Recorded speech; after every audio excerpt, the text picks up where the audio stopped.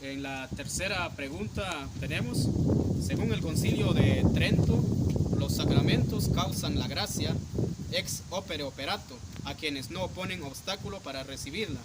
La cuestión consiste ahora en explicar cómo signo material puede causar en el alma la gracia que es espiritual y sobrenatural.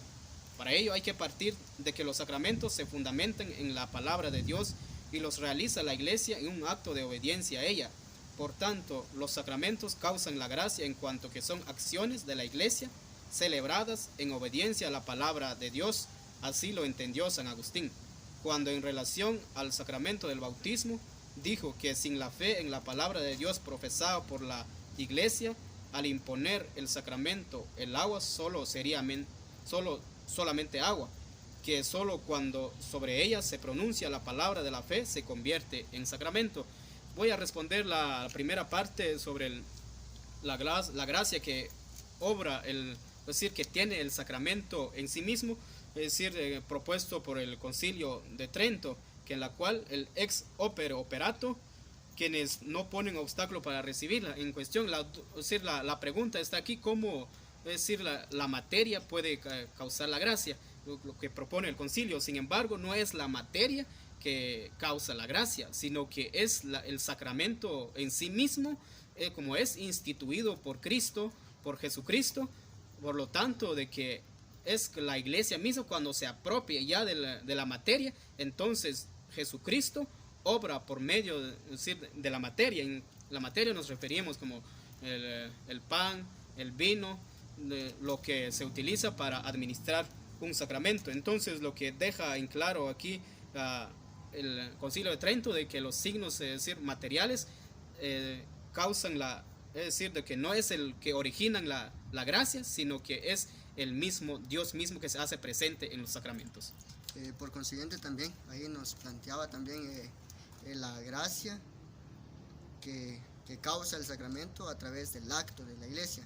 En este caso voy a explicar también el sacramento como acto de la Iglesia y también la obediencia que tiene en la misma. Por consiguiente, debemos también, el sacramento debe ser acto de la Iglesia, que como decía el documento también, es la palabra misma donde se realiza el sacramento, pero el lugar privilegiado donde se realiza es en la Iglesia. Quiere decir que fuera de la Iglesia no puede haber sacramento. Un ejemplo propiamente, también hablando de la obediencia, es lo que se mencionaba en clases también. Si un sacerdote llegaba a una parroquia simplemente sin el permiso del obispo, sin el permiso del párroco, y que empiece a bautizar a las personas o a los niños, ciertamente por el ex opere operato, el sacramento tiene eficacia, ya es válido, tiene la gracia. Sin embargo, corre el peligro de la licitud. Entonces ahí vemos la obediencia siempre. Si no se hace como la Iglesia propone, corre el peligro de licitud y por lo tanto, pues la gracia también correría peligro en cuanto se hace fuera de la Iglesia. Por su parte también todo sacramento es una acción propia de la Iglesia. No se puede reducir un sacramento a ser personal, puesto que un sacramento privado no existe. Tiene que tener la consigna de toda la Iglesia. Por ello, también el sacramento pues no es una acción personal, aún siendo en la aldea más recóndita, todo se hace en nombre de la Iglesia. Todo el sacramento lo realiza la Iglesia como tal. Y el enunciado de San Agustín sobre la fe en el sacramento es una fe arraigada en la palabra de Dios, pues en esa fe, en la palabra también se profesa la fe de la Iglesia, que impone el sacramento, que celebra el sacramento y que por ende también las sustancias quedan consagradas y listas para realizar el sacramento. En el caso de la validación de los sacramentos, la persona, el ministro, tiene que estar en comunión con la Iglesia. Un ejemplo claro, con los sacerdotes que no están en comunión con la Iglesia, pero que realizan los sacramentos. Ciertamente hay sacramentos que sí son válidos porque utilizan una forma trinitaria, como por ejemplo el sacramento del bautismo.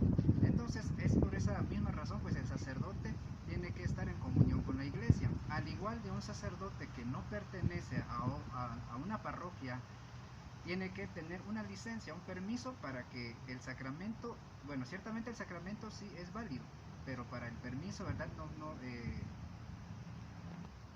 Por lo tanto, para que un sacramento sea válido y lícito, pues se tiene que delegar una autorización, ya sea por parte del párroco o del ministro de la diócesis. Un ejemplo muy claro, lo que sucedió en la diócesis de Santa Rosa, que puso en peligro algunos sacramentos.